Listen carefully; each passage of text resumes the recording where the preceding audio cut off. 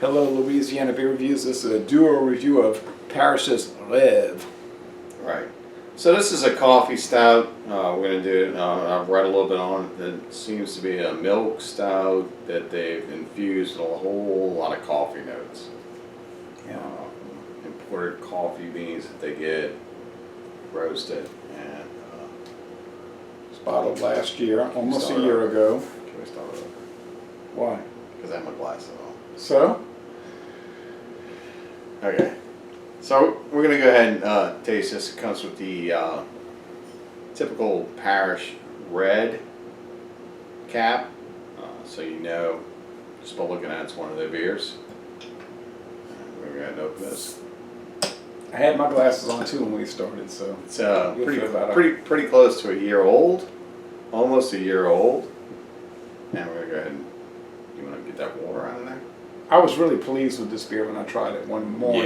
Yeah, it's a very good beer. One morning, you know, coffee, morning time. It's coming out thick, Golly. very, very heavy.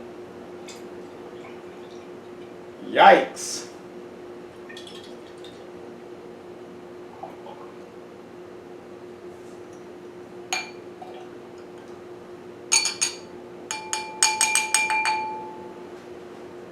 Okay. So this is what I would expect in a body of a stout. Something that's fully black. The head on it is dissipating really quick. It's almost like a dark. Little beige foam. It's very beiges, dark. yeah. Brown, nearly black. But you can see the brown. You can see the brown. Now if you smell it, it smells, wow, you can get the coffee. The coffee's just intense. Oh, Oh man, it's so much coffee. It's almost like cold brew. yeah, I was searching for that. It's definitely cold brew where you get almost like careful now. If you're not a hipster and you smell this, you'll be a hipster. You know, cold brew coffee, you know. So it's a very good beer on the nose. It is, really. I'm just getting like if this was a cold brew iced coffee, And very dark malt. this is exactly what you would smell. Yeah, I think you're right. I'm not getting any beer at all with this. None on the nose. Well, we talked about this off air on the phone, and I was saying that a lot of these beers have a barley malt underbody. And you were saying, I don't see it, I don't see it. I said, yeah, I'm kind of picking that up, but that's different people, you know, different people will perceive different things, you know. So anyway, it's very coffee note. So I'm going to go ahead and taste this. Yeah, we may as well. It's black, just like black coffee.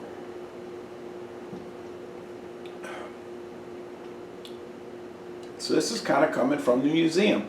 There is hope for the museum. Do you think there's hope?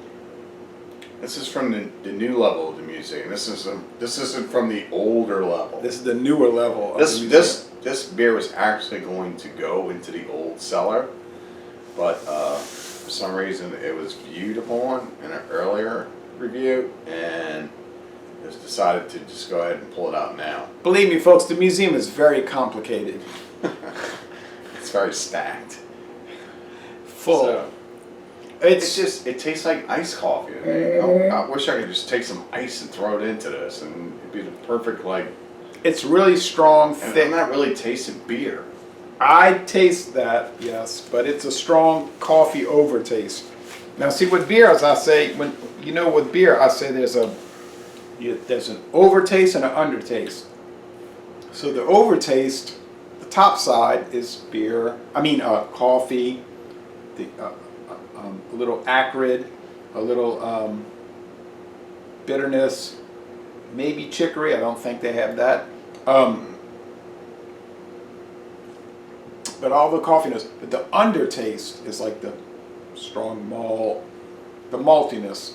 And you can think along the lines of a Whoppers, you know, the malted milk balls, or a Burger King chocolate shake. So think along the lines, think about a chocolate shake or a Wendy's frost, what do they call those? Frosty. a frosty, and so that uses malt and that's from malted barley or wheat. So then you start to gain that perception of it. Even coffee and chocolate forward in this beer. I have to really search for the beer note in it. Because you're more of an upside, and I'm more of a downside. But to me, I mean, if you took this and said this is an iced coffee and this is red beer next to it, I'd say there's no way. It's just like it's just like. Well, when you do side by sides, it can really change things. I think the body is high medium. Mm-hmm. It's sweet, sugary. It's like you had coffee with cream and some sugar. Okay. It's a kind of a sweet finish. Probably better as a winter beer. What's the ABV? I don't think we looked that up. I'll post it in the notes. See, that's where I'm going to differ on you, because iced coffees are traditionally consumed during the hotter months. So I would say... Right, because in the winter you want the hot drink. Right, so I would say this is more inclined to, even though it's a dark beer, I'd say this is more inclined to consume during the hotter months. But I'm so aloof to the coffee culture, you know what I mean? Like my coffee drinking is so pedestrian and basic that I can't really. Well, let's talk about the coffee note. This coffee note is fantastic. Oh yeah, it's very good. I mean, if you think about like some of the really great coffee concentrates that you could make, say in a cappuccino. Yeah, and that's what I'm saying. I don't experience that regularly. This is right up there with a cappuccino shot. This will definitely, give you a buzz and wake you up at the same time. I mean, that's what I'm feeling as far as caffeine going on with this, because it's definitely. Like the old Four caffeinated. Loko concept, high ABV and high caffeine. Right. And then people would drink 3 cans and die. Well, because they were 18 and. I don't really know where that's coming from. I'm talking about the coffee note of the beer. I'm talking about, not talking about someone's overconsumption and death. Michigan State University fraternity. What we're going to do is we're going to Eastern Michigan University. All right, back to the beer, and the beer is that this is a coffee stout. Yeah. And this is one of the best coffee stouts I've tasted ever. There's no doubt about that. This 100%. I'm telling y'all, if you can get your hands on this, or maybe you can email or message these guys on their websites, I would definitely get a hold of this. They might tell you who the distributor is, and then you can contact them. They might have a locator too. I don't believe so, but they might. I would score it an A. It's an A. It's an A. It's a big time. It's an A plus. A plus. Well, this is coming from somebody not a coffee person, or somebody is a coffee person. So. I drink coffee every day. I'm addicted to coffee. If I don't drink coffee, I feel sick. But people say, yeah, but you're drinking great value coffee. Yeah, I mean, so I'm drinking like inexpensive Walmart brand. That has to be taken into account. I'm not drinking like really gourmet products. But I can see where people that are into the coffee culture would appreciate this probably more than somebody like me who's kind of detached from that. So what Jay's saying is that he drinks coffee for the morning buzz that wakes him up.